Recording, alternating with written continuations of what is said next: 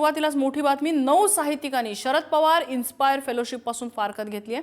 Sharad Pawar AI सेंटरच्या कार्यक्रमाला अदानींच्या आमंत्रणाचा त्यांनी निषेध केलाय। 9 साहित्यिकांनी या उपक्रमातून बाहेर पडायचा निर्णय घेतलाय।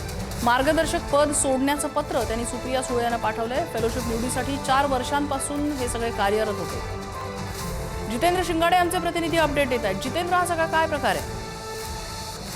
नम्रता, गेल्या रविवारी बारामतीमध्ये उद्योजक गौतम अदानी यांनी Sharad Pawar centre for excellence in AI या वास्तूचं उद्घाटन केलेलं होतं। मात्र आता गौतम अदानी यांच्या प्रेझेन्सवरून, म्हणजे त्यांच्या उपस्थितीवरून जे साहित्यिक आहेत ते कुठेतरी नाराज झाल्याचं दिसून येऊन राहिलेलं आहे। आणि त्याच अंतर्गत जे आहे ते शरद पवार इन्स्पायर फेलोशिप या साहित्य क्षेत्रामधील उपक्रमाबद्दल जे मार्गदर्शक मंडळ आहे त्यांनी आपला नाराजी व्यक्त केलेली आहे आणि त्यातून बाहेर पडण्याचा निर्णय जो आहे तो घेतलेला आहे। आणि त्या संबंधित पत्र जे आहे ते सुप्रिया सुळे यांना पाठवल्याची माहिती मिळते आहे।